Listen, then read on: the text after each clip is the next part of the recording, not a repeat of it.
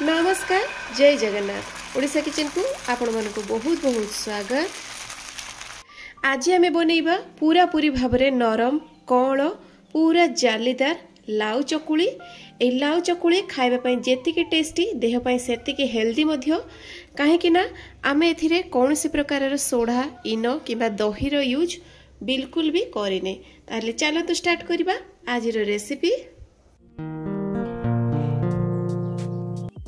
आजिर लाउ चकुली बनैबा पई हमकु फास्ट दरकार लाउ।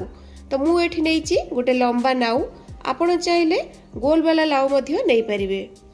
आउ हमकु दरकार चाउल। नॉर्मली जो ओरुआ चाउल को आमे घरे व्यवहार करूचे सेही चाउल नबा। आ मु एठी नउची 2 कप चाउल। ग्राम्स रे देखिया पई गले 500 ग्राम रो ओरुआ चाउल। जेहेतु चकुली रे आमे बिरी यूज करूने सेहिथ पई चकुली पिठाटा टिके नरम होबा पई मु एठी दउची गोटे छोटे चमच मेथी। आ ए सब को पानी देकी 2-3 थर भल भाबरे आमे परिष्कार पानी रे धोई नबा। एठी चाउल आ लाउ रो परिमाण आपण समान नेबे। मु 500 ग्राम रो लाउ नैची आ 500 ग्राम रो चाउल नैची। भाग माप आपण एमती हिसाब रे नेबे। चाउल को एठी बोडिला माप रो पानी देकी आमे याको 6 ରୁ 7 घंटा पई बतुरेबे पे छाड़ीबा। एपटे आमे जो लाउ नैथिले ताको 2 फाळ करनबा आ 2 फाळ करने की ता देहरु चुपा छडी दबा। पूरा भल भाबरे चुपा छडैबे टिके डीप करिकी जेमिति पतला पतला चुपा गुडर लेयर न रही जाए एमती देखिबे। जो भली प्रोसेस रे मु छडौची सेही भली छडैबे। लाउ देहरे जेहेतु बहुत पानी थाए तण लाउ को सब बेले तार चोपा छडैबा पूर्वरु ही भल भाबरे धोई नेबे आ काटी की बिल्कुल भी धोइबेनी। तो लाउ को एबे हमें काटी नबा। आ काटी सार के सर्वप्रथमे चेक करिबा लाउ हमर कसी अछि ना टिके टाण लाउ अछि। एठी देखि परथवे लाउ हमर पूरा कसी लाउ, मंजी बिल्कुल भी नहीं। जदि भी मंजी थाए ताहले आपण देखिबे जे मंजीटा टाण अछि ना कोलिया मंजी अछि। सेही अनुसार देखि कि आपण लाउ को नेबे। जदि टाण मंजी थाए ताहले मंजी को बाद कर देबे, खाली लाउ को ही नेबे। तो एबे हमें ताकू छोट छोट पीसेस रे एमती काटी नबा। आ एपटे बसई नैची मु गुटे कड़ई आ कड़ई देहरे जो लाउ को काटिकी रखिथिली से सब को देई देबी। सिझिबा पई हाफ कप पानी मध्य मु देई देबी। आ घोड़नी लगेकी ताको मीडियम फ्लेम रे मु 8 ରୁ 10 मिनिट पर्यंत सिझिबा पई छाड़ देबी। आउ एपटे एठी नैची मु फाळे नडियार कोरा। नडिया कोरा देबे हम चकुली रो बहुत बढ़िया टेस्ट आसीबो। एपटे जो आमे चाउल को बतुरई थिले चाउल एठी बहुत बढ़िया भाबरे बतुरी जाईची। देखि परथवे भांगी जाउची। नै जिबा एठी ग्राइंडर जार आ जार देहरे आमे देई देबा चाउल। एठी आमे एका थर करे जेहेतु बाटी परिबानी तेणु अल्प अल्प करके बाटिबा। नडिया कुरा जो मन नैथिले आमे ता देहरु मध्य नबा अल्प। आउ जो लाउ को आमे सिझेई थिले सेटा भलो भाबरे सिझी जाईची, ठंडा मध्य हे जाईची अल्प। तो एबे आमे याकू पानी दबानी। जेहेतु लाउ देइचे तेणु पानी बिल्कुल भी दबानी। बिना पानी रे सेमिति आमे याकू पूरा चिकन करके ग्राइंड करि आनिबा। एठी देखंतु पानी मु बिल्कुल देई नथिली तथापि बहुत बढ़िया भाबरे पूरा चिकन होई कि हमरा आणोटा बाटी ही जाईची। एठी आमे जो आणोटा को बाहर करिबा उडे बडो जार को बाहर करिबा जगह को, जहा फलरे कोन हो आमे याकू जो गुळेई की फॉर्मेट होबा पई छाडिबा। एटा फॉर्मेट हेले टिके फुली जिवो, सेथ पई आमे फास्ट ही बडो जार नै जिबा। से सेम प्रोसेस रे बाकी जो जतक थिला चाउल नडिया आउ लाउ ताको मध्य हमें ग्राइंड करि आनिबा। तो एठी सब को हमें ग्राइंड कर सार की गोटे जगह को देई देई की ए आणु को हमें गोटे डायरेक्शन रे 4 ରୁ 5 मिनिट पर्यंत एमती भलो भाबरे फेंटी नबा। जेते भलो भाबरे फेंटीबे चकुली आपणकर सेते नरम हबो आउ जालीदार बनिबो। भलो भाबरे फेंटी नै की आको हमें 6 ରୁ 7 घंटा पर्यंत फॉर्मेट होबा पई छाडिबा। जदि आपण गरम दिन रे याको बनौथबे तबे 6 ରୁ 7 घंटा पई छाडिबे। आ जदि शीत दिन रे बनौथबे ताले 8 ରୁ 10 घंटा पई याको फॉर्मेट होबा पई छाडिबे। तो एठी मु भलो भाबरे आण को फेंटी नैची।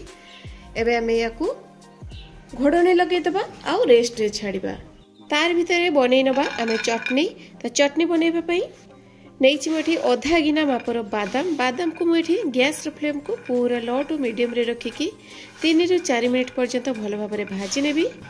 तो बादाम ये भल भाव में भाजी हो गलानी। एबे हमें बंद करके या बाहर करके ठंडा करके ता देहरु चोपा सब छड़ाई नबा।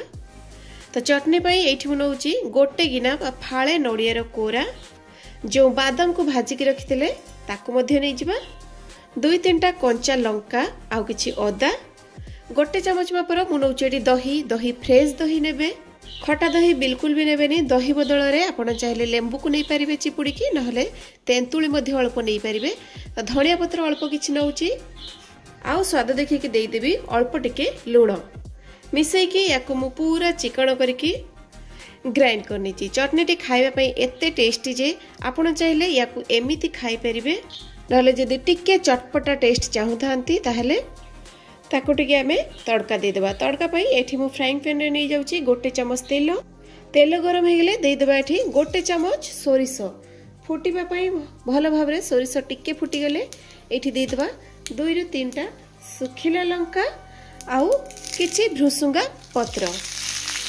टिके एटा भलो भाबरे भाजी गेले आमे ए जो चटनी देहरे ताको दे देबा दे की चटनी को अल्प टिके गुळेई नबा बस चटनी हमर रेडी हे गेला या कर देबा साइड तो एठी हमर बैटर को 6 ରୁ 7 घंटा हे गेलानी एठी देखि परथबे बहुत बढ़िया भाबरे फुली जाईची बिल्कुल भी पानी नहीं एथिरे काइना हमें पूरा गाढ़ करके बाटी थिले देखि परथबे बहुत हालुका मध्य हे जाईची जेहेतु हमें लुण देई नथिले बैटर रे तो स्वाद देखिकी एठी देई देबा लुण देकी गुळेई नबा आउ जेहेतु बैटरटा आमर बहुत ही बहलिया अच्छी तेणु अल्प अल्प पानी देकी आमे या भल भाव गोले नबा अधिका एकाथरे ढाळिबेनी अल्प अल्प देबे आ बैटर आणटा आमर एमिति होबा दरकार ना जेमिति इडली रो बैटर आमे बनौचे इडली बैटर ठारू टिके पानिया रहिबो आ चकुली बैटर ठारू टिके बहलिया रहिबो एठी देखंतु आम बैटर रो पूरा परफेक्ट कंसिस्टेंसी इडली ठारू टिके पानिया आउ चकुली ठारू टिके बहलिया एमिति कंसिस्टेंसी रखिबे चकुली आपनकर पूरा परफेक्ट बनिबो तो एपटरे चकुली बनैबा पई मु बसै निचे उडे फ्राइंग पैन दे देउची मु अल्प 2 ड्रॉप मापर तेल दे की टिके एमती स्प्रेड करके चारि आडरू आमे पोछि नबा जहा फल रे कोन हबो चकुलीटा हमर भलो भाबरे उठिबो नहीं नॉन स्टिक कड़े आपड़ चाहिए आयरन तावा को नहीं पारे आ जो बैटर को देवे गैस फ्लेम को पूरा स्लो रे रखिकी प्रेस करके अधिका देवेनी एमती हल्का हल्का करके बुले आनिबे बैटर को दे देकी गैस फ्लेम को मीडियम रे रखिकी आमे 1 ରୁ 1.5 मिनिट पई कवर करनबा पिठाटा भलो भाबरे सिझिबा पई तो एठी 1 मिनिट परे मु आपन को देखौची देखंतु पिठा हमर बहुत बढ़िया भाबरे सिझि जाईची आ बहुत बढ़िया उठी जाउची मध्य आ देखिकी आपण जानि परथबे पूरा कोळ बनिची आपण जदि पारिबे तबे दुई साइड को एमती उल्टेई की सेकी नेबे किंतु जेहेतु सिझिची त दुई साइड सेकीबा दरकार नाही तो एबे रेडी हे गेलानी हमर देखि परथबे चकुली पिठा पूरा परफेक्ट रेडी हे जाईची एबे हम याको बाहर करनबा सेकंड चकुली बनैबा पूर्वरु हम तावारो हीटटा टिके अधिक थिबो तेणु अल्प टिके पानी छिटा मार दबा आउ ताकू एमती टिके पोछि आनिबा टिसु सहाय्य रे जहा फल रे चकुलीटा हमर इजिली उठी जिवो तो दर्शक बंधु वीडियो रे दिथिबा छोटा छोटा टिप्स और ट्रिक्स को फॉलो करिवे चकुली आपणकर पूरा परफेक्ट बनिबो जालीदार बनिबो आउ तोळा परी नरम मध्य हबो तो पुणी देखा हबा आ गुटे नुवा वीडियो रे आ गुटे नुवा रेसिपी सहित से पर्यंत रहउची नमस्कार जय जगन्नाथ।